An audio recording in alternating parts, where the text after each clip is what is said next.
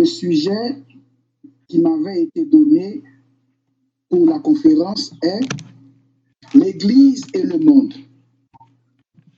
Ce thème est très grand, très large, très gigantesque, avec un temps de préparation très court, je dirais même très minuscule.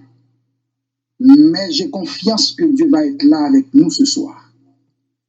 Comme il a été avec Daniel, il a été avec David, il a été avec Joseph, il a été avec Moïse.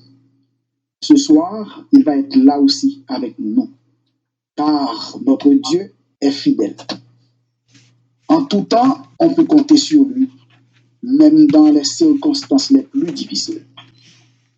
Comme sa parole dit dans Psaume 34, le verset 6 et 7, quand on tourne vers lui les regards, on est rayonnant de joie. Et le visage ne se couvre pas de honte. Notre Dieu est le Dieu des malheureux, de tous ceux qui ne sont pas capables. Quand le malheureux crie, l'Éternel entend et il le sauve de toutes ses détresses. J'aimerais que vous soyez là avec moi du début jusqu'à la fin, si c'est possible. J'aurai besoin de votre participation pour la lecture. S'il vous plaît, merci d'avance de votre collaboration. Les points qu'on va définir ensemble sont les suivants.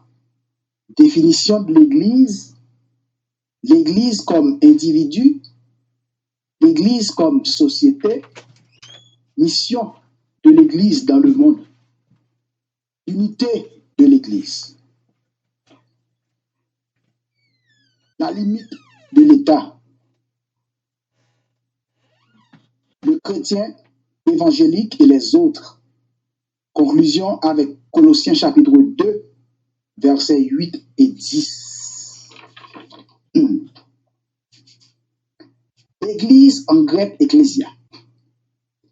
L'église avec le E minuscule désigne le bâtiment, un lieu de culte. L'église avec le grand E majuscule désigne la communauté chrétienne qui confesse Jésus au nom de tout le peuple comme le Messie attendu. Mais l'Église est aussi individuelle. Je suis l'Église, vous êtes l'Église, nous sommes l'Église, ensemble nous formons une Église communautaire. Qui dit l'Église dit communauté. Qui dit communauté dit société. Qui dit société dit des activités sociales. Avec pour chef Jésus le roi des rois. Comme dit Cyprien, hors de l'Église pour un salut, en parlant de Christ qui est le chef de l'Église. En dehors de l'Église, il y a une vie sociale. Donc le chrétien, lui aussi, a une vie sociale.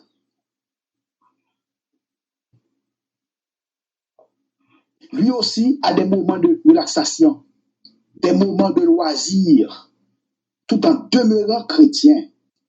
Exemple, Jésus aux noces de Cana en Galilée, là où Jésus avait fait son premier miracle. Les gens qui étaient avec lui, qui étaient invités aux noces de Cana, étaient-ils tous des chrétiens, des croyants? Non. La réponse est non. Mais Jésus restait Jésus. Et les amis qui étaient avec lui restaient des croyants de Dieu jusqu'à la fin. Donc, il y a des circonstances qui peuvent réunir deux parties opposées ensemble. Exemple, funérailles, mariage, etc. Je connais un pasteur qui a dit quelque chose. Il a été vivement critiqué par certaines personnes pour cette déclaration. Mais moi, je vois ça d'un autre œil. Il a dit, si un serviteur ou une servante, peu importe le rôle qu'il occupe à l'église ou dans la société, cette personne, à longueur de l'année, 24/24, du lundi au lundi, en train de lire la Bible, en train de prier, cette personne a un petit problème. Il voulait dire par là, en dehors de l'Église, le chrétien lui aussi a une vie sociale. Et ceci est valable pour tous les êtres humains, en général sans distinction. Mais par contre, il ne faut pas que vos loisirs, votre activité sociale ne soit pas un pied d'achoppement pour votre vie spirituelle, pour votre vie chrétienne, pour votre communion, votre relation avec Dieu. Tout cela me pousse à partager avec vous certaines questions. Selon la Bible, quelle doit être l'attitude du croyant face à la société ambiante, face au monde? Comment le chrétien doit-il se conduire? Peut-il savoir ce que Dieu attend de lui?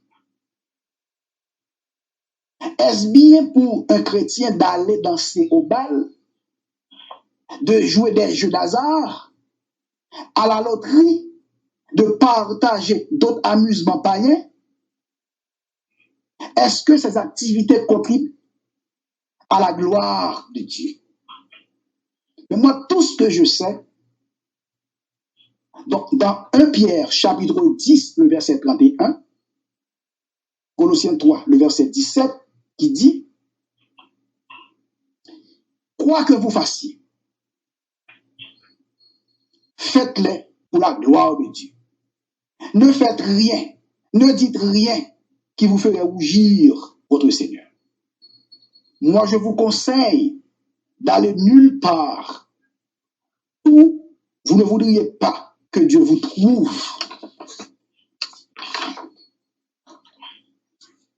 La mission de l'Église, c'est de prêcher l'Évangile dans le monde. Pour honorer un tel objectif, nous devons envisager d'abord de faire l'unité à l'Église. Qui peut lire pour moi, s'il vous plaît, dans Actes des Apôtres, chapitre 2, le verset 42 à 47. Actes des Apôtres, chapitre 2, verset 42 à 47. S'il vous plaît.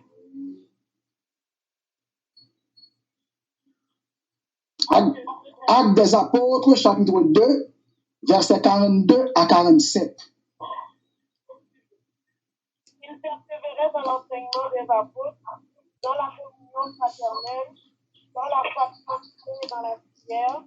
La paix s'emparait de chacun et il se faisait beaucoup de prodiges et de miracles par les apôtres.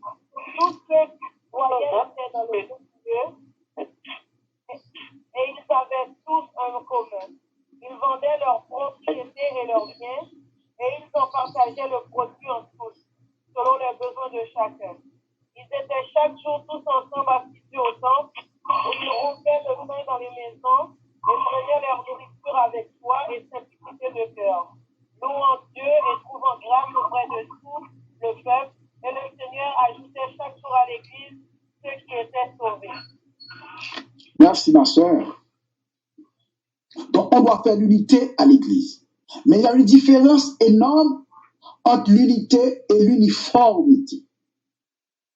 L'unité, qualité de ce qui est un, ou qui forme un tout complet dans son espèce.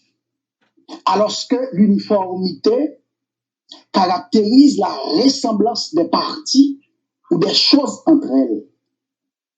Exemple de l'uniformité. Par exemple, une école qui porte des uniformes. Admettons que l'uniforme est jaune et bleu. Si vous allez à cette école, au récré, vous allez voir dans la cour que tous les élèves sont en jaune et bleu. Mais à l'intérieur de chaque uniforme, il y a une personnalité différente, une opinion différente, un tempérament différent. J'aimerais mieux que le monde soit comme moi, mais chose est possible. chacun reçoit de Dieu un don particulier. Dieu a créé chaque personne à un tempérament différent. Je ne suis pas obligé de voir les choses de la même façon que vous. Chaque personne a sa façon d'être, sa façon de penser, son point de vue. Chacun a sa philosophie. Deux jumeaux peuvent avoir sur une même question deux opinions différentes. Mais certaines de nos églises évangéliques ne sont pas tolérantes à ce point. On dirait que l'Église cherche l'uniformité plutôt que l'unité. Tout autant que le tempérament, le comportement de la personne ne sont pas un obstacle à la doctrine du Christ. Ne nuit pas au salut des autres, ne vous mêlez pas dans tout ça. La personne a le droit d'être elle-même. C'est le droit le plus entier et fondamental. Exemple, je vais prendre un exemple. Je suis Mathias Camille. L'autre frère est Jocelyn Jean. Je ne suis pas obligé d'être lui. Il n'est pas obligé d'être moi. Par exemple, ma couleur préférée est le rouge. Pour Jocelyn, ça peut être le bleu. Je ne peux lui imposer ma couleur rouge et ceci réciproquement. Donc, chacun son goût, chacun son opinion, chacun sa façon de penser, chacun sa philosophie. Mais par contre, ensemble, nous pouvons former un rouge et bleu tout en restant deux personnes distinctes. Apôtre Paul supplie les chrétiens de servir Dieu avec leur raison. Romains chapitre 12, le verset 1 à 2. Selon Paul, l'Église doit vivre dans l'unité et non dans l'uniformité. Je m'explique. Vivre dans l'unité, c'est-à-dire bien unis dans la parole de Dieu. Unité, c'est d'avoir la même pensée, la même foi, la même expérience, le même esprit, le même langage dans les affaires de Dieu. Vous et moi, nous prêchons un Christ crucifié et ressuscité. Ça, c'est le même langage. L'unité en matière doctrinale, c'est-à-dire avoir une seule foi, un seul baptême. Tout comme il n'y a qu'un seul Dieu et Père de tous les hommes. Éphésiens chapitre 4, le verset 1 à 6. C'est dans ce sens que Paul fait appel à l'unité dans les affaires de Dieu. Mais chaque homme est un homme. Chaque personne a sa façon de penser, son opinion. Elle doit dire oui ou non, librement. Enlever tout ça dans la vie d'une personne, c'est de lui enlever la liberté. Et cette personne est devenue, sans l'ombre de doute, un esclave. Apôtre Paul sait pertinemment que chaque personne est différente, l'une de l'autre. Exemple, la séparation de Paul avec Barnabas. Deux opinions différentes sur une chose. Leur désaccord fut si profond qu'ils se séparent. Barnabas emmena avec lui Marc pour Chypre et Paul de son côté choisit Silas. Actes des Apôtres chapitre 15, verset 36, Actes des Apôtres chapitre 18, le verset 20. Il y a un penseur qui dit l'humanité est une chaîne et chaque homme est un maillon attaché à sa dite chaîne. L'Église face à l'État. L'Église a des droits et aussi des devoirs. Mais comment notre frère Paul peut-il dire celui qui résiste à l'autorité publique se rebelle contre l'ordre établi par Dieu? Romains chapitre 13, le verset 2 à 5. Qui peut lire pour moi, s'il vous plaît? Romains chapitre 13, le verset 2 à 5. S'il vous plaît. Romains 13, verset 2 à 5. S'il vous plaît.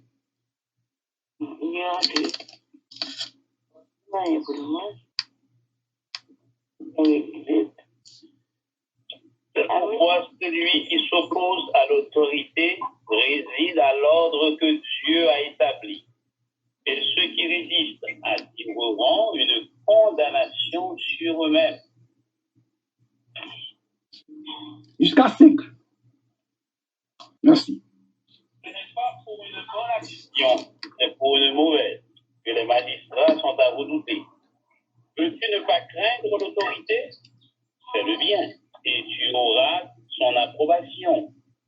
Le magistrat est serviteur de Dieu pour ton bien. Mais si tu fais le mal, crains, car ce n'est pas en vain qu'il porte l'épée. Étant serviteur de Dieu pour exercer la vengeance et punir celui qui fait le mal. Il est donc nécessaire d'être soumis, non seulement par crainte de la punition, mais encore par motif de conscience. Merci, mon frère. Ce passage divise le monde évangélique. Certains disent que ce passage de la lettre aux Romains exalte l'obéissance et interdit la résistance. Et d'autres, ce passage n'est pas en harmonie avec le message du Christ qui annonce une libération intégrale de la personne humaine. Pour moi, ce verset a une connotation purement politique. Paul ne demande pas ici une obéissance aveugle, ni absolue. Plutôt, c'est de respecter la loi, payer les impôts, faire le bien plutôt que le mal, et de reconnaître que toute autorité vient de Dieu. Jésus avait répondu à une question piège, comme ça, en disant, donne à César ce qui est à César, et à Dieu ce qui est à Dieu. Jésus reconnaît que l'État a un pouvoir, mais il sait aussi pertinemment que le pouvoir absolu appartient à Dieu et à Dieu seul. Donc il y a une limite dans le pouvoir de l'État. D'autant que les lois de l'État n'attaquent pas la doctrine du Christ, ne détruisent pas votre foi, vous devez obéir à l'État.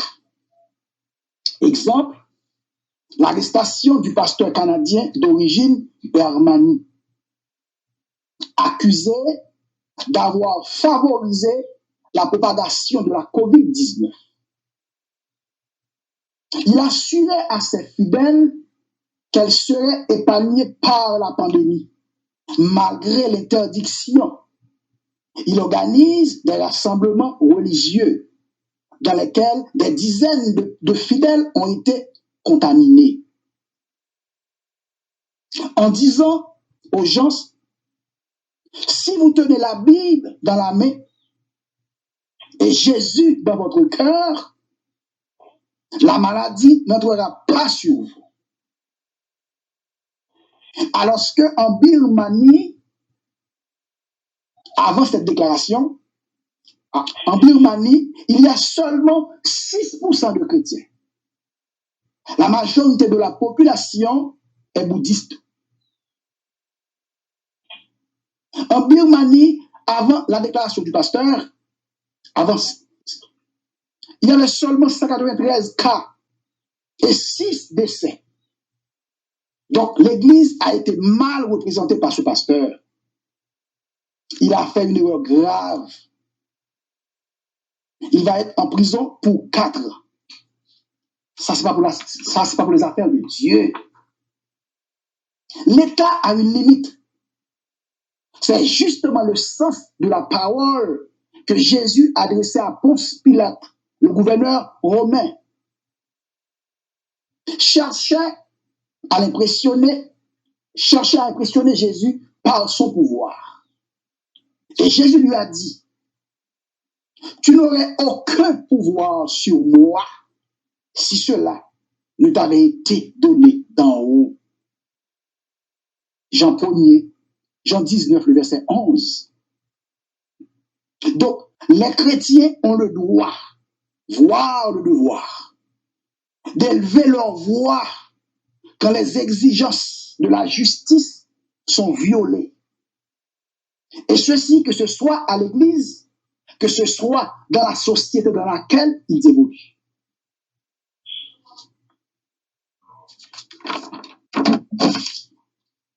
Comme a dit Jésus, que nul de vous n'ait à souffrir comme meurtrier, ou voleur, ou malfaiteur, ou comme délateur. Mais si c'est comme chrétien, qu'il n'ait pas honte et qu'il glorifie Dieu de porter ce nom. Qui peut lire pour moi, s'il vous plaît? 1 Pierre chapitre 4, versets 14 à 17. 1 Pierre chapitre 4, versets 14 à 17. S'il vous plaît.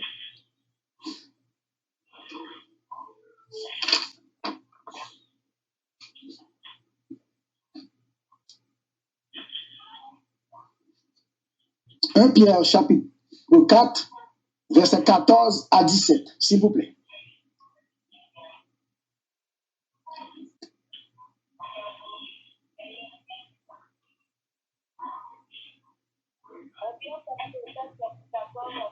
Oui, oui.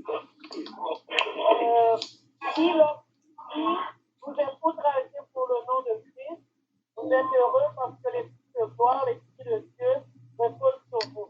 Que nul de vous, en effet, ne souffre comme meurtrier ou voleur ou malfaiteur ou comme s'ingérant dans les affaires d'autrui. Mais si quelqu'un souffre comme chrétien, il n'en est point honte et que plutôt il glorifie Dieu à cause de son nom.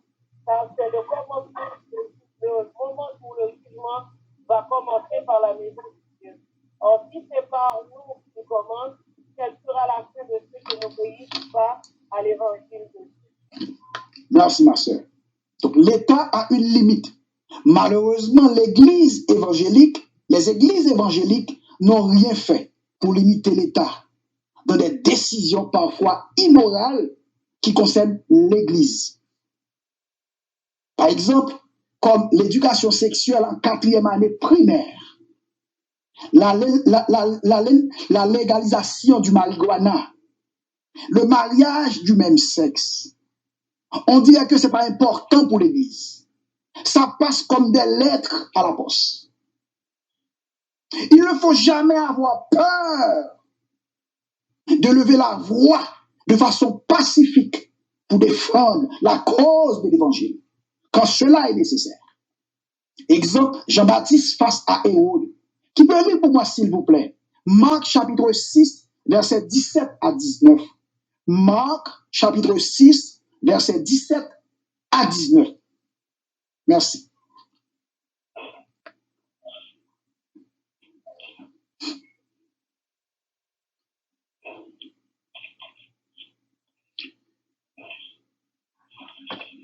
Car Hérode lui-même avait fait arrêter Jean et l'avait fait lier en prison à cause d'Hérodia, femme de Philippe, son frère, parce qu'il l'avait épousée. Et que Jean lui disait qu'il n'est pas permis d'avoir la femme de son frère. Hérodia était irritée contre Jean et voulait le faire mourir. Mais elle ne le pouvait, car Hérode craignait Jean, le connaissant comme un homme juste et saint, le protégeait. Et après l'avoir entendu, il était souvent perplexe et l'écoutait avec plaisir. Jusqu'à quel verset, mon frère? 19. Merci, mon frère. Donc, quand l'État est en difficulté, quand son droit est lésé, il peut prendre des mesures drastiques pour sa défense. Il en est de même pour nous, les chrétiens évangéliques. Il ne faut jamais se laisser imposer par l'État des décisions immorales qui peuvent détruire toute une société. Maintenant, l'Église comme lumière. La lumière est la source de nos civilisations. Elle est indispensable pour la santé. La lumière nous permet de dormir et de nous réveiller Il est désormais prouvé par la science que la lumière a également une action physiologique sur l'organisme. Mais quel sens la lumière recouvre-t-elle dans la Bible? De la première parole de Dieu dans la Genèse, Dieu dit que la lumière soit. Et la lumière fut. Genèse 1er, le verset 3. Et à la dernière vision de l'Apocalypse, chapitre 22, le verset 5, où les élus se passeront de la lampe ou du soleil, Jésus sera leur lumière. L'Église symbolise le chrétien. Et le rôle du chrétien dans le monde, c'est être le sel et la lumière. Le chrétien vit pour Dieu et non pour lui. Vie selon Dieu, c'est de marcher dans la lumière, parce que celui qui nous appelle est lumière. Dieu est lumière et il n'y a point en lui de ténèbres. 1 Jean verset 15. Il n'y a en lui aucune imperfection, aucune faute, aucune faiblesse, aucune attitude complaisante à l'égard du mal. Il n'y a aucune chose souillée en lui. En lui, tout est parfait, tout est pur. C'est Jésus qui nous a révélé le Père. Il pouvait dire que je suis la lumière du monde. Lecture, s'il vous plaît. S'il vous plaît. 2 Corinthiens 4, le verset 5 à 7. S'il vous plaît. 2 Corinthiens 4, le verset 5 à 7. 2 Corinthiens 4, le verset 5 à 7.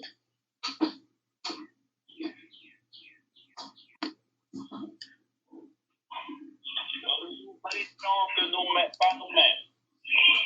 C'est Jésus le Seigneur que nous prêchons. Et nous nous disons vos serviteurs à cause de Jésus. Car Dieu qui a dit la lumière brillera du sein des ténèbres, a fait briller la lumière dans nos cœurs, faire resplendir la connaissance de la gloire de Dieu sur la face de Christ. Nous portons ce trésor dans des vases de terre, afin que cette grande puissance soit attribuée à Dieu et non à nous. Merci, mon frère. Jacques nous dit que Dieu est le Père des lumières, chez lequel il n'y a ni changement, ni onde de variation. Qui peut lire pour moi, s'il vous plaît, Jacques chapitre 1er, le verset 16 à 18. Jacques chapitre 1er, le verset 16 à 18, s'il vous plaît.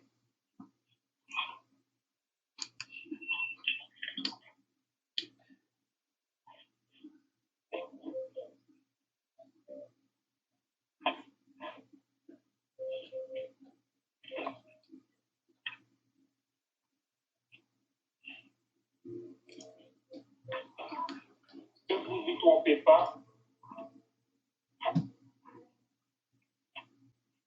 Ne vous y trompez pas, mes frères bien-aimés. Et tout don parfait descend d'en haut du Père des Lumières, et lequel il n'y a ni changement, ni variation. Va engendrer selon sa volonté par la parole de vérité, afin que nous soyons en quelque sorte les prémices de ces créatures. Merci, mon frère. Oui, merci. Jusqu'à 18. Jusqu'à 18. Merci. Si vous êtes la lumière, vous devez marcher dans la lumière. Mais quel rapport y a-t-il entre la justice et l'iniquité? Ou qu'y a-t-il de commun entre la lumière et les ténèbres? De Corinthiens 6, 14 jusqu'à 16. Le chrétien vit pour Dieu et pour Dieu seul. Marcher comme des enfants de lumière. Éphésiens chapitre 5, le verset 8. Le monde symbolise le païen.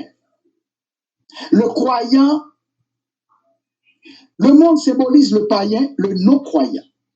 Et le païen vit pour lui, c'est-à-dire pour satisfaire ses désirs charnels. Il vit dans les ténèbres parce que Satan, qui est son maître, est le chef des ténèbres. Le païen vit comme bon lui semble. C'est normal parce qu'il n'est pas enfant de Dieu. On n'est pas chrétien, on le devient en acceptant Jésus comme notre sauveur personnel. Éphésiens 5, le verset 8 qui dit « Autrefois, vous étiez ténèbres, c'est-à-dire avant votre conversion. Et maintenant, c'est-à-dire après avoir donné votre vie au Seigneur, vous êtes devenus lumière. » L'Église comme celle dans le monde. Quel est le sens de la métaphore du sel? La Bible parle d'une alliance de sel, c'est-à-dire indestructible. Dans le livre des Nombres, Dieu déclare à Aaron, c'est là une alliance éternelle par le sel devant Yahvé. Et pour toi et pour ta descendance. Avec toi. Nombre chapitre 18, le verset 19. L'expression se trouve le rituel religieux. Toutes les offrandes présentées à Dieu doivent être salées avec le sel de l'alliance de ton Dieu. Lévitique 2, verset 13. Le sel donne saveur au monde et assure la suivi devant Dieu. L'évangile de Marc, chapitre 9, verset 50. Voyez du sel en vous-même. C'est-à-dire faire attention, bien mener votre vie pour que vous ne soyez pas un sujet de scandale, de honte dans le monde. Faire attention à tout ce que vous faites. Soyez prudent dans la vie, afin que votre sel ne perde pas sa saveur. Dieu est la lumière. Jean chapitre 1er, le verset 15. Dieu créa la lumière. Genèse 1er, le verset 3. Il vit dans la lumière. 1 Timothée 6, verset 16. Psaume 104, le verset 2. Jésus reflète la lumière du Père. Hébreux chapitre 1er, le verset 3. Jésus est la lumière du monde. Jean 1er, le verset 9. Jean 8, le verset 12. Jean 9, le verset 5. La lumière symbolise la vérité et la sainteté. Le monde symbolise les ténèbres et les ténèbres symbolisent la puissance du mal. Le rôle du chrétien, c'est d'éclairer tout ce qui ne marche pas dans le Christ qui est la lumière du monde. Usage du sel pour assaisonner les aliments. Job 6, le verset 6. Pour saler les sacrifices. Lévitique 2, le verset 16. Ézéchiel 43, le verset 24. Pour ratifier une alliance. Nombre chapitre 18, le verset 19. 2 Chroniques 13, le verset 5. Pour frotter un nouveau-né. Ézéchiel 16, le verset 4. Le sel est nommé parmi les objets nécessaires à la vie. Dans les sacrifices, on mettait du sel sur les offrandes qu'on faisait à Dieu. Il est lui que les Juifs payaient même leurs dettes avec du sel. Le sel est le symbole de la sagesse divine qui donne aux chrétiens le goût des choses de Dieu. Il est préservé du mal. Le chrétien qui représente l'Église a pour mission de transmettre ce même goût aux païens afin qu'ils puissent jouir lui aussi de ce grand privilège. Le sel et la lumière, deux éléments importants, indispensables dans la vie. Que vous soyez chrétien, que vous soyez païen, la lumière et le sel sont indispensables pour vous. Que sur le plan spirituel et matériel. Donc, vous avez besoin le sel pour le goût et la lumière pour l'éclairage. Elle doit être visible, éclairer l'extérieur comme l'intérieur. Satan, le diable, les spécialistes de la compris,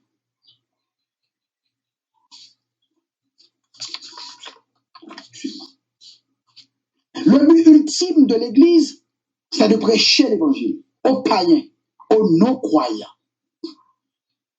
L'Église est appelée à se mêler aux hommes et non à se dresser devant eux en une société parallèle, dit Grégoire VII. Qui dit l'Église, dit chrétien. Le chrétien a pour mission de prêcher la bonne nouvelle par tout le monde. Matthieu chapitre 28, le verset 19, ce qu'on appelle la grande commission. Mais prêcher l'évangile dans un monde si complexe est devenu une tâche très, très, très difficile. Pourquoi? Parce que nous ne sommes pas les seuls, nous sommes pas. Pourquoi? Parce que nous ne sommes pas les seuls chrétiens sur le terrain. Les adventistes se disent chrétiens. Ils annoncent un salut sabbatique. Un salut qui est possible seulement par la foi plus les œuvres. Alors que la Bible est claire là-dessus. C'est par la grâce que vous êtes sauvés, par le moyen de la foi. Ce n'est point par vous, ce n'est point par les œuvres, afin que personne ne se glorifie. Qui peut lire pour moi, s'il vous plaît, Éphésiens chapitre 2, versets 8 à 9. Éphésiens chapitre 2, versets 8 à 9.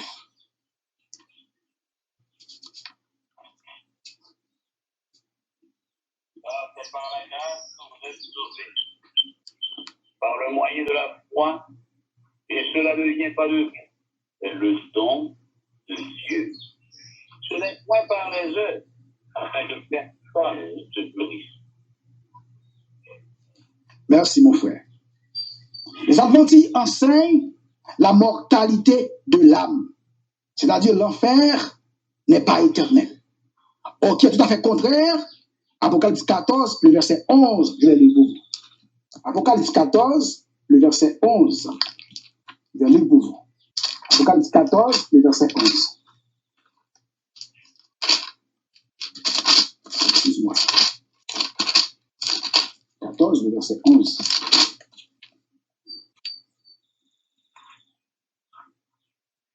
Je vais vendre 10 et 11. Il boira lui aussi du vin de la fureur de Dieu, versé sans mélange. Dans la coupe de sa colère, il sera tourmenté dans le feu devant l'agneau, dans le feu et le soufre devant les saints anges et devant l'agneau. Et la fumée de leur tourment monte au siècle des siècles. Il n'a point de repos, ni jour ni nuit, ceux qui adorent la bête et son image, et quiconque reçoit la marque de son nom. Les Mormons sont appelés aussi des chrétiens, créés par Joseph Smith. Ils se distinguent de nous de plusieurs façons. Par exemple, leur fondateur, Joseph Smith, a écrit un livre, il a dit que son livre est égal à la Bible. C'est-à-dire, le livre qu'il a écrit et la Bible se valent. Les Mormons annoncent un salut par les œuvres. Ils baptisent les morts. Ils pratiquent la polygamie. Et toute sa doctrine est basée sur une seule phrase qui dit « Ce que l'homme est, Dieu le fait. Ce que Dieu est, l'homme le deviendra. » Qui veut dire Dieu, avant d'être Dieu, fut un homme. Et à la fin, à l'avenir, tous les hommes deviendront des dieux. Charabianet. Les témoins de Jéhovah de Chaltaz Roussel sont différents de nous aussi.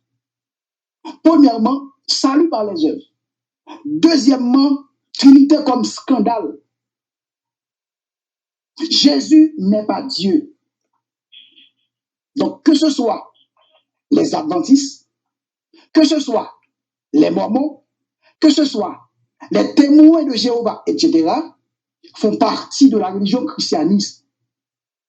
Ils parlent tous de Jésus, mais à leur façon, à leur manière.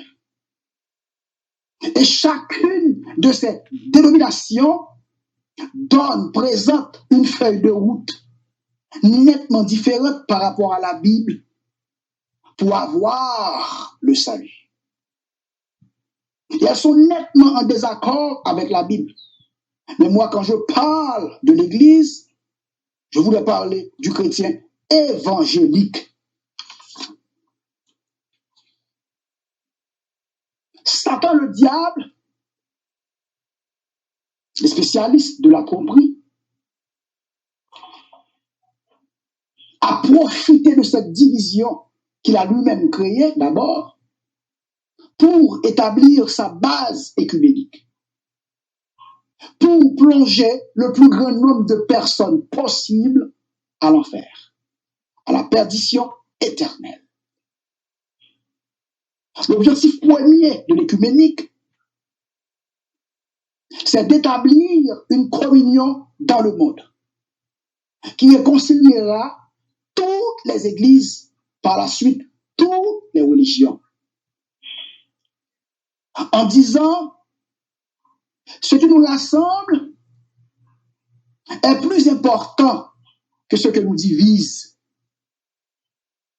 Tous les religieux qui font partie de l'écuménique, malheureusement, il y a aussi des pasteurs, des chrétiens évangéliques qui font partie, unissent leurs efforts sous prétexte de lutter contre les démons, la violence, la guerre, la pauvreté, l'inégalité sociale, mais c'est faux. L'écuménique dit protestants, catholiques, musulmans, bouddhistes, témoins de Jéhovah, mormons, etc., peuvent se mettre ensemble pour servir Dieu, basant sur Jean chapitre 17, le verset 21, qui dit que tout soit un. Donc c'est la porte ouverte à une religion mondiale qui se prépare au nom de l'amour, mais au détriment de la vérité. Ce n'est pas seulement le sabbat qui nous diffère des adventistes. Peu de chrétiens le savent. Les adventistes enseignent aussi la mortalité de l'âme. C'est une façon de dire que l'enfer n'est pas éternel. Moi, je sais pertinemment que tous les chrétiens évangéliques le savent, qu'il y a 3 types de morts. Il y a la mort physique. Cette mort affecte seulement le corps. Qui peut lire pour moi, s'il vous plaît? Luc chapitre 16, le verset 23. Une autre personne, Apocalypse chapitre 6, le verset 9 à 10. Luc chapitre 16, le verset 23. Luc chapitre 16, le verset 23. Apocalypse chapitre 6, le verset 9 à 10.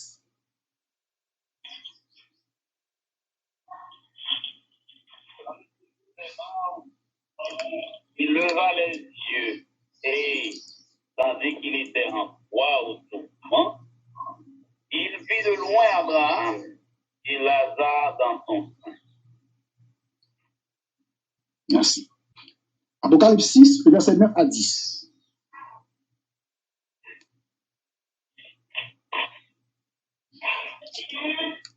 Verset 9 à 10. Et ce qui aime chaud, et vit sous l'autel les âmes de ceux qui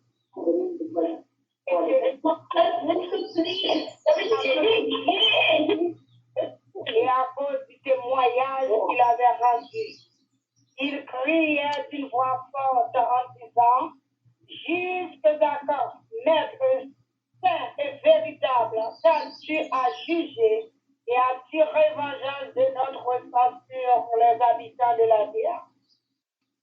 Merci, ma soeur. Donc, cette mort est appelée aussi sommeil pour les chrétiens. Donc, le croyant doit passer par la mort pour revêtir son domicile céleste, en attendant la résurrection. Luc 23, verset 43. Maintenant, la mort spirituelle, c'est de séparer de Dieu. Qui peut lire pour moi, s'il vous plaît, Genèse 2, le verset 17. Genèse 2, le verset 17.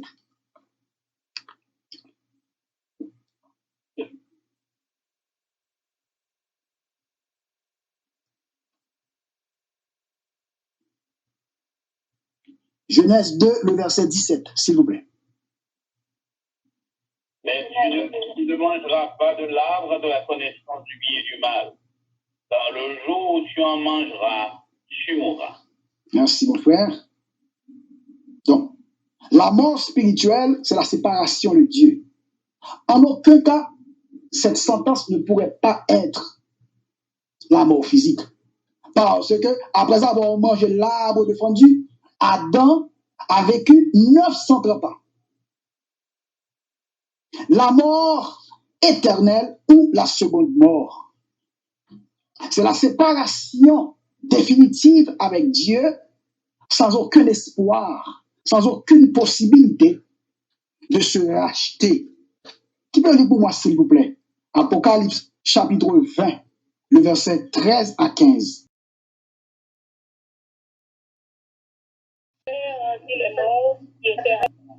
La mort et les morts qui étaient en eux, et chacun fut jugé selon ses œuvres. Et la mort et le feu jeté dans le temps de feu, c'est la seconde mort. Quiconque ne fut pas trouvé écrit dans le livre, jugé dans les temps de feu. Merci, ma soeur. Donc, l'enfer, pas pour un moment, mais pour l'éternité. Contraire à l'enseignement des témoins de Jéhovah. Non seulement il n'y a pas que les chrétiens sur le terrain, c'est-à-dire les chrétiens évangéliques, les chrétiens adventistes, les mormons, les témoins de Jéhovah, il y a aussi d'autres religions qui ne plaident pas en notre faveur, comme le judaïsme, le bouddhisme, l'islam. Satan, le diable, complique la situation pour nous, les chrétiens évangéliques. Il mine le terrain afin de bloquer la route à la propagation de la bonne nouvelle de l'évangile. Pour élucider tout ça, deux questions s'imposent. Y a-t-il vraiment une différence entre Jésus et les autres fondateurs des religions, les autres prophètes? Deuxième question, a-t-il une bonne raison d'écouter Jésus et non les autres? On va essayer de déminer le terrain en répondant à ces questions. Les autres fondateurs, oui, il y a une différence entre Jésus et les autres fondateurs, les autres prophètes. Les autres fondateurs des religions Les autres prophètes parlent de Dieu. Tandis que Jésus lui-même revendique pour soi d'être Dieu. Jésus n'est pas un maître ou un sage de l'humanité qui raconte de belles histoires de Dieu, mais il revendique qu'il est le Fils de Dieu et l'égal du Père. Qui peut lire pour moi, s'il vous plaît? Philippiens chapitre 2, versets 6 à 8. Philippiens chapitre 2, versets 6 à 8.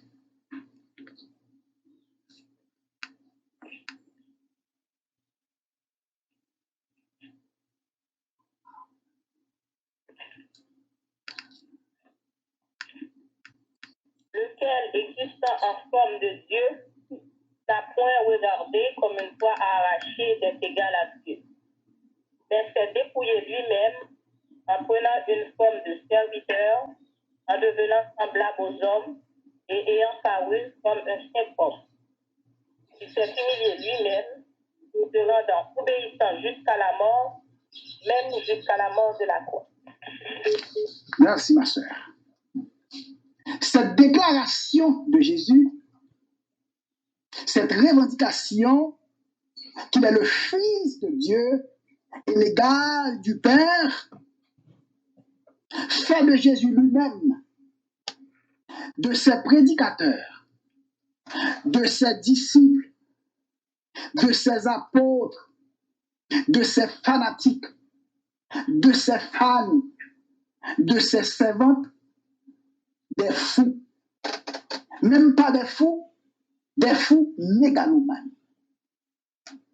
Il y a une différence énorme entre un fou et un fou mégalomane. Un fou, personne atteint de troubles mentaux. Un aliéné, un démon, etc. Alors qu'un fou mégalomane, c'est quelqu'un qui a un comportement grandiose, besoin d'être adoré, besoin d'être admiré, un orgueilleux, un vaniteux, avoir la sensation d'être spécial et unique. Exemple de fou mégalomane,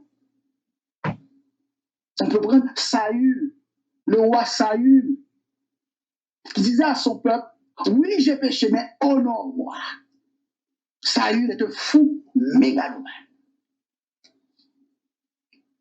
Napoléon Bonaparte, le plus grand guerrier de tous les temps, un païen qui avait analysé l'islam avec perspicacité, avait conclu ceci. Le prophète de l'islam, en parenthèse, Mahomet, n'est crédible que quand il s'appuie sur la Bible. Pour les restes, le Coran est un système audacieux de domination et de pénétration politique. Il voulait dire que tout le reste du Coran n'est que du charabia. Toujours Napoléon Bonaparte, il a dit, entre Jésus et quiconque d'autre, il n'y a aucun dénominateur commun possible de comparaison entre Jésus et quiconque d'autre sur la terre. Parole célèbre de Napoléon Bonaparte, un païen.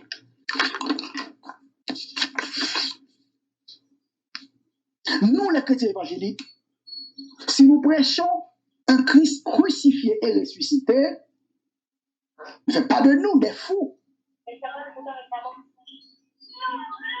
Si les apôtres étaient vraiment des fous, si les disciples étaient vraiment des fous, si les chrétiens sont vraiment des fous, mais comment auraient-ils été tous fous de la même manière sur la même chose?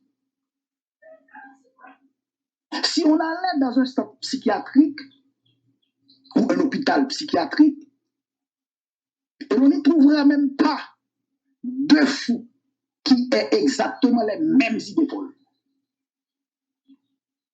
C'est vraiment insensé de dire, de parler, de penser que Jésus et ses apôtres, ses disciples, vous et moi, nous sommes des fous. Parce que la mort et la résurrection de Jésus-Christ sont des faits historiques. Qu'est-ce que j'entends par fait historique? Un fait qu'on ne peut pas nier, qui est écrit dans les annales de l'histoire. La première apparition de Jésus en public après sa mort, il a été vu par plus que 500 frères. Qui peut lire pour moi, s'il vous plaît? 1 Corinthiens chapitre 15, le verset 7 jusqu'à 8. 1 Corinthiens chapitre 15, le verset 5 à 8. S'il vous plaît. 1 Corinthiens 15. Verset 5 jusqu'à 8. Il est apparu à Stéphane, aux 12. Ensuite, il est apparu à plus de 500 frères à la fois, dont la plupart sont encore vivants et dont quelques-uns sont morts. Ensuite, il est apparu à Jacques, puis à tous les apôtres. Après eux tous, il m'est aussi apparu à moi, comme à la vôtre. Merci, ma chère. Ils sont tous l'avoir vu vivant. Mais comment est-ce possible que si grand nombre d'hommes se trompent-ils tous ensemble de la même manière sur la même chose? Ça n'a pas de bon sens.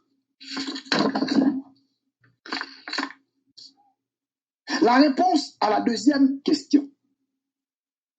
Y a-t-il une bonne raison d'écouter Jésus et non les autres? La réponse est oui. La réponse est oui. D'écouter Jésus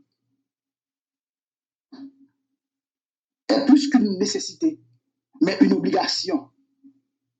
Parce que Jésus seul peut donner la vie éternelle. Jésus seul est capable de sauver. Il est le seul médiateur entre Dieu et les hommes. Qui peut lire pour moi, s'il vous plaît? Actes des Apôtres, chapitre 4, le verset 12. Une autre personne, 2 Timothée 2, le verset 3 à 5. Actes des Apôtres, chapitre 4, le verset 12. Et une autre personne, 2 Timothée 2, le verset 3 à 5.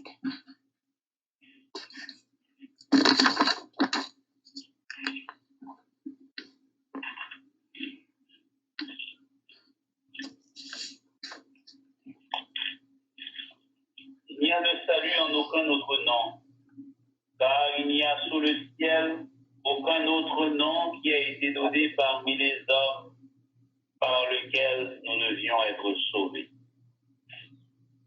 Une autre personne, 2 Timothée 2, verset 3 à 5, s'il vous plaît. 2 Timothée 2, verset 3 à 5. Oui, oui. Souffre avec moi comme un bon soldat de Jésus-Christ. Et pas de soldat qui s'embarrasse des affaires de la vie s'il veut plaire à celui qui l'a enrôlé. Athlète couronné s'il n'a pas combattu suivant les règles. Il faut que le laboureur travaille avant de recueillir les fruits. Merci, ma soeur. Donc, parler en bien de Jésus, ce n'est pas une fausse publicité. Ce n'est pas de la folie. Il est réellement unique et spécial. Jean chapitre 1er, le verset 16 à 18. Qui peut lire pour moi, s'il vous plaît? Jean chapitre 1er, le verset 16 à 18. Une autre personne, Apocalypse chapitre 15, verset 34 à 36. Une autre personne. Actes des Apôtres chapitre 15, verset 34 à 36. S'il vous plaît. Jean chapitre 1er, verset 16. À 18. Oui. Et nous avons tous reçu de sa plénitude et grâce pour grâce. Car la loi a été donnée par Moïse. La grâce et la vérité sont venues par Jésus-Christ. Personne n'a jamais vu Dieu, le Fils unique qui est dans le sein du Père, et celui qui l'a fait connaître. Vous voyez? Jésus, il est réellement le Dieu véritable. Il est Dieu au-dessus de tous. Romains chapitre 9, le verset 3 à 5. Après ça, une autre personne, c'est dans Actes des Apôtres chapitre 15, je pense. Chapitre 10, verset 34 à 36. Romains chapitre 9, verset 3 à 5, s'il vous plaît.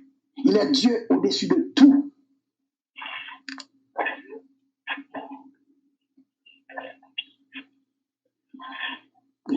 Romains chapitre 9, verset 3 à 10. Verset 3 à 5. À 5. Merci. Ok. Car je voudrais moi-même être anathème et séparé de Christ pour mes frères, mes parents selon la chair, qui sont israélites, à qui appartiennent l'adoption et la gloire, et les alliances et la loi et les cultes, et les promesses, et les patriarches, et de qui est ici selon la chair, le Christ qui est au-dessus de toute chose. Dieu béni éternellement. Amen. Merci, ma soeur. Donc, comme a dit Napoléon Bonaparte, entre Jésus et quiconque d'autre, il n'y a aucun dénominateur commun de comparaison possible. Qui peut répondre à des Apôtres, chapitre 10, versets 34 à 36. Alors Pierre, ouvrant la bouche, dit: en vérité, je reconnais que Dieu ne fait point exception de personne, mais qu'à toute nation, celui qui le craint et qui pratique la justice est agréable. Soyez la parole aux fils d'Israël en leur annonçant la paix par Jésus-Christ qui est le Seigneur de tous. Merci, ma soeur. Lorsque Jésus a dit non seulement qu'il est le Fils de Dieu et l'égal du Père, ce n'est pas une prétention. Il est réellement celui qu'il prétend être. Qui peut lire pour moi, s'il vous plaît? Jean chapitre 5, versets 16 à 18. Jean chapitre 16, versets 16 à 18.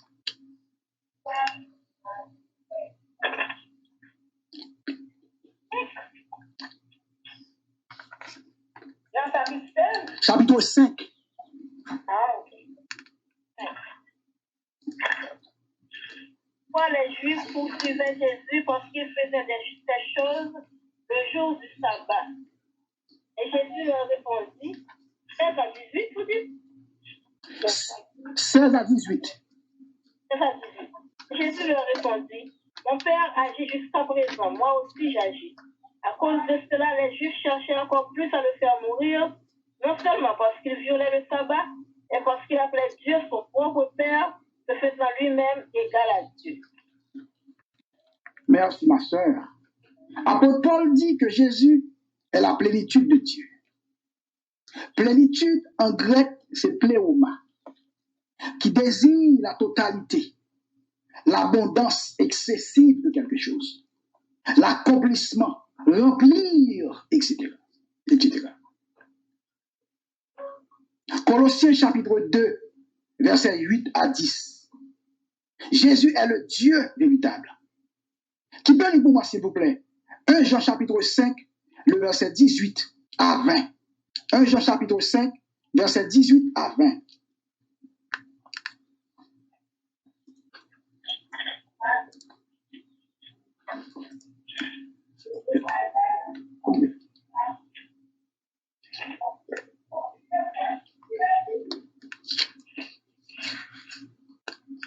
Jean 5, verset 18 à 20. Oui, oui.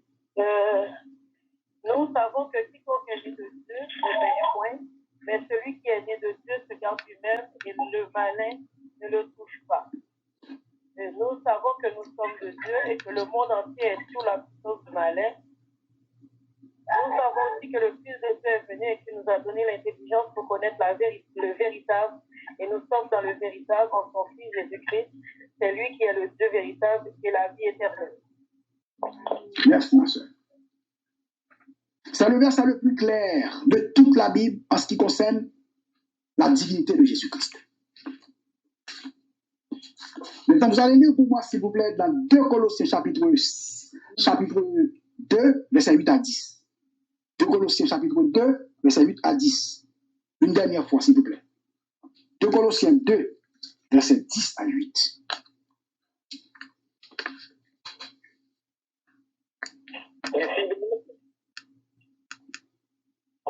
avez, comme vous avez reçu le Seigneur Jésus-Christ, marchez en lui, étant enracinés et fondés en lui, et affermis par la foi, d'après les instructions qui vous ont été données, et abondés en action de grâce.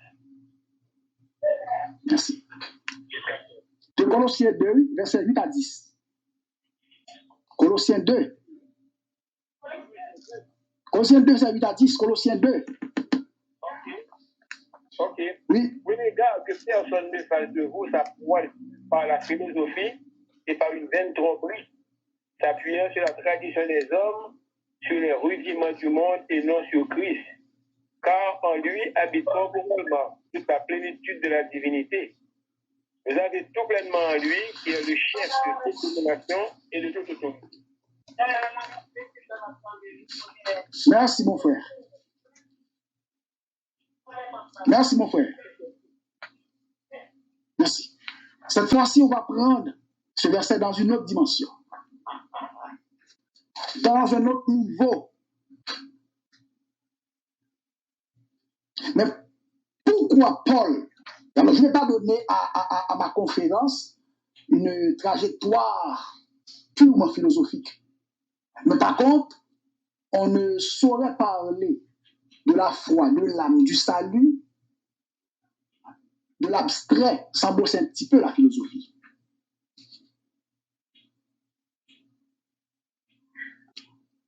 Comment Paul, notre frère bien-aimé, a-t-il osé de traiter la philosophie de vaine tromperie? D'abord, philosophie vient du mot grec philosophia. C'est un mot composé. Philo, c'est la philéine qui signifie aimer ou amour. Sophie égale à Sophia qui signifie sagesse. En un seul mot, la philosophie signifie amour de la sagesse. Donc la philosophie est une démarche de réflexion critique et de questionnement sur le monde, sur la connaissance et l'existence humaine. Il y a la philosophie politique, il y a la philosophie métaphysique, il y a la philosophie de l'éthique, il y a la philosophie de la logique, etc. La philosophie peut embrasser un ensemble de disciplines, comme la science humaine, sciences sociales, sciences formelles, sciences naturelles, etc. Apôtre Paul, notre frère bien-aimé, avait la possibilité de fréquenter presque tous les grands philosophes à Athènes, surtout ceux qui sont athées, qui nient Dieu, qui nient l'existence de Dieu ou qui essaient à tout prix de prouver l'existence ou l'inexistence de Dieu par la connaissance intellectuelle. En parenthèse, la métaphysique. À l'époque de Paul, Athènes, capitale de la Grèce, était considérée comme la cité des philosophes. Le pays natal de Socrate, qu'on se nomme le père de la philosophie. Paul avait étudié, analysé avec perspicacité le fond mal de tous ces philosophes. Et malgré leur bagage intellectuel, leur connaissance extraordinaire, c'était tous des érudits comme Paul. Mais en finalité, Paul finit par constater, malgré leur niveau académique, c'était tous des coquilles vides, parce qu'ils essaient à tout prix de comprendre Dieu par la philosophie, par la connaissance humaine, en ignorant que Dieu n'est pas mathématique, 2 plus 2 font 4. Que Dieu n'est pas une science, mais Dieu est une révélation. On n'étudie pas Dieu, on vit Dieu. En dépit de tout, apôtre Paul n'est pas contre la philosophie, parce qu'il était lui-même un très grand philosophe. Un très grand théologien. Un très grand penseur. Un ami de connaissance. Un anti. Qui dit la philosophie, dit la raison. Qui dit la raison, dit l'intelligence. Qui dit l'intelligence, dit la connaissance. Tout ça, c'est un don de Dieu. Les grands théologiens de notre époque font une étude systématique autour de la connaissance académique de Paul. Ils sont tous tombés d'accord pour dire que la connaissance que Paul avait est équivaut pour nous aujourd'hui à 4 doctorats. 4 doctorats. 4 doctorats. C'est énorme. C'est immense. C'est gigantesque. C'est extraordinaire.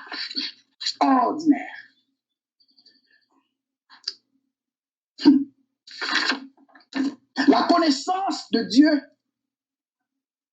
dit Emmanuel Kant, est possible par la voie physique. Il existe un voile spirituel qui aveuglait l'homme. Qui peut aller pour moi, s'il vous plaît? 2 Colossiens 3, verset 4, s'il vous plaît. 2 Colossiens 3, le verset 4.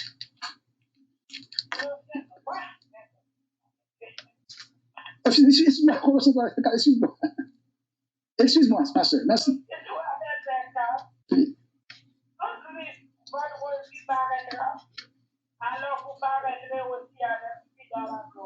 Non, j'ai mal lu, malheureusement, excuse-moi. C'est une de frappe, excuse-moi.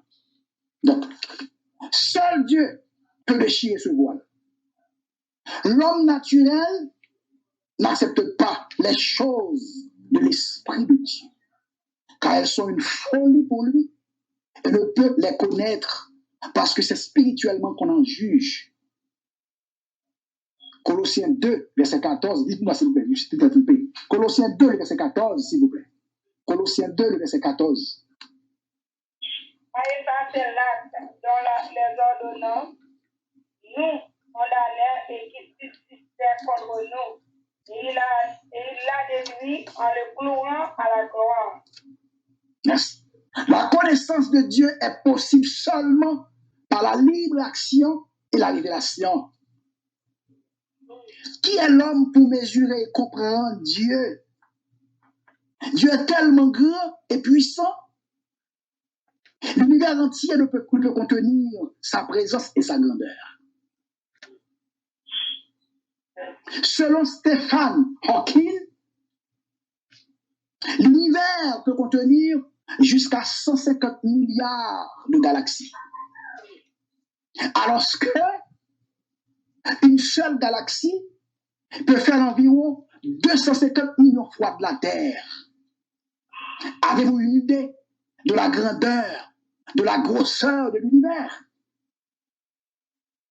Malgré son immensité, malgré sa grandeur, malgré sa largeur, l'univers est comme un atome devant la grandeur, la puissance de notre roi, de notre Dieu, de Jésus le roi des rois, le Dieu tout-puissant, le Dieu sans pareil, le Dieu sans égal, le Christ, le Fils du Dieu vivant.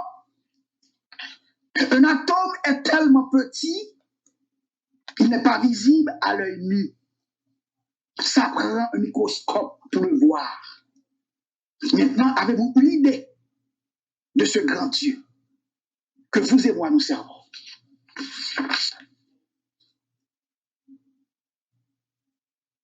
Il y a un philosophe qui s'appelle Søren Kierkegaard.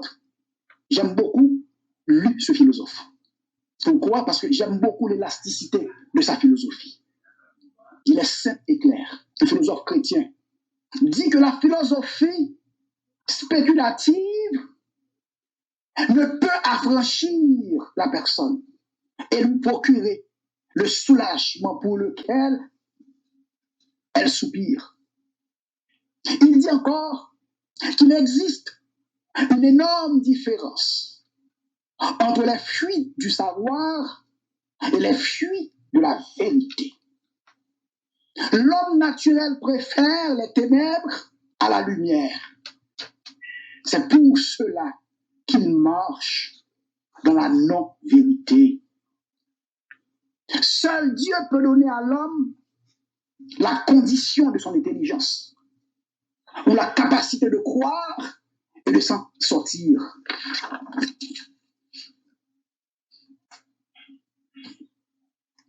La philosophie est utile,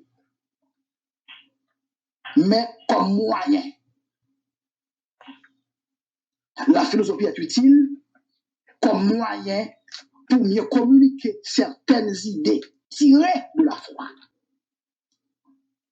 Certains concepts philosophiques peuvent être utiles pour élucider la croyance, la philosophie.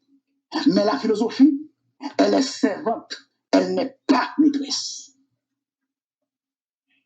Elle ne peut pas être en aucun cas le début de la théologie, ni la fin de la théologie. Comme avait dit le grand Tertullien, grand théologien, grand philosophe, grand professeur à l'université, disant, la théologie n'a pas à avoir peur de la philosophie.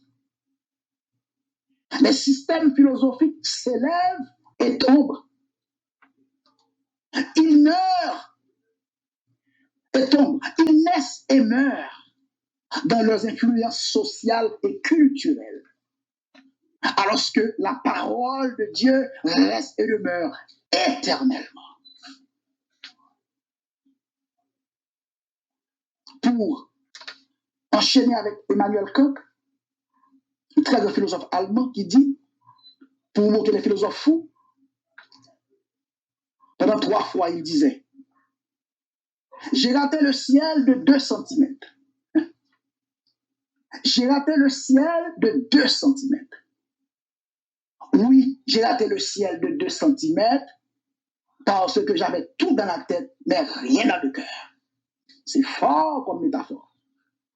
Il ne peut y avoir aucune connaissance véritable de Dieu qui ne soit donnée par Dieu lui-même.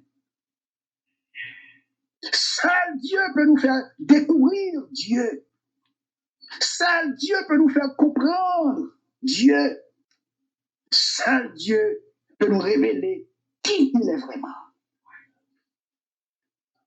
Car aucun système intellectuel ne peut révéler le vrai Dieu et apporte le salut à l'homme. La philosophie est une spéculation humaine, s'appuyant sur la tradition humaine et non sur Christ. C'est la raison pour laquelle, lorsque vous et moi, nous prêchons un Messie crucifié et ressuscité, scandale pour les Juifs, folie pour les païens. Qui peut lire pour moi, s'il vous plaît, 1 Corinthiens chapitre 1er, verset 18 à 25. 1 Corinthiens chapitre 1er, le verset 18 à 25.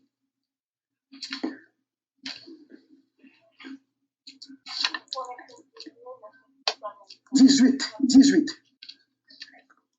Par la prédication de la foi est disponible pour prédiquer. Et pour nous qui sommes sauvés, la puissance de Dieu.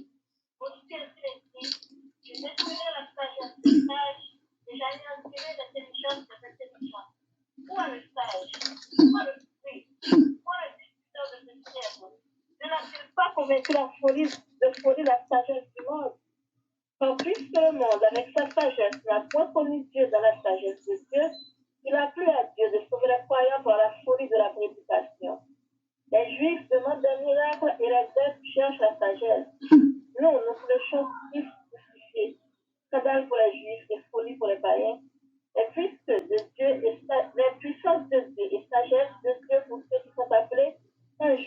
vrai. Car la sagesse de Dieu est plus sage que les hommes et la faiblesse de Dieu est plus forte que les hommes. Merci, ma soeur. En traitant la philosophie de vaine tromperie, Paul voulait dire que la philosophie est un système de réflexion aussi érudit qu'il puisse être, n'apporte jamais une vraie connaissance de qui est Dieu vraiment. Voilà la raison pour laquelle, la raison ultime, la raison majeure que Paul a traité la philosophie de vaine tromperie. Et il a dit encore, prenez garde que personne ne fasse de vous sa proie par la philosophie. Colossiens 2, verset 8. Quand les hommes parlent de la puissance de Dieu, quand les hommes parlent de la puissance, ils parlent d'une puissance extrême que les athées, les non-convertis, les païens appellent âme nature. Mais ils voulaient parler de l'être. La grande puissance que les païens parlent désigne l'être qui est Dieu. Donc Dieu, c'est l'être. Nous sommes des êtres. Être ne peut pas comprendre l'être si l'être ne se révèle pas. Nous servons, vous et moi, un Dieu fidèle, grand et merveilleux. Un Dieu incomparable. Un Dieu miséricordieux. Un Dieu compatissant. Un Dieu rempli de bonté. Un Dieu rempli de miséricorde. Un Dieu sans pareil. Un Dieu sans rival. Gloire soit rendue à Dieu. Il est notre roi, notre guide céleste. Merci de votre collaboration. Je ne sais pas quelle langue dois-je employer pour vous remercier de m'avoir tenu compagnie pendant presque 90 minutes de temps. Je suis infiniment reconnaissant que Dieu vous bénisse.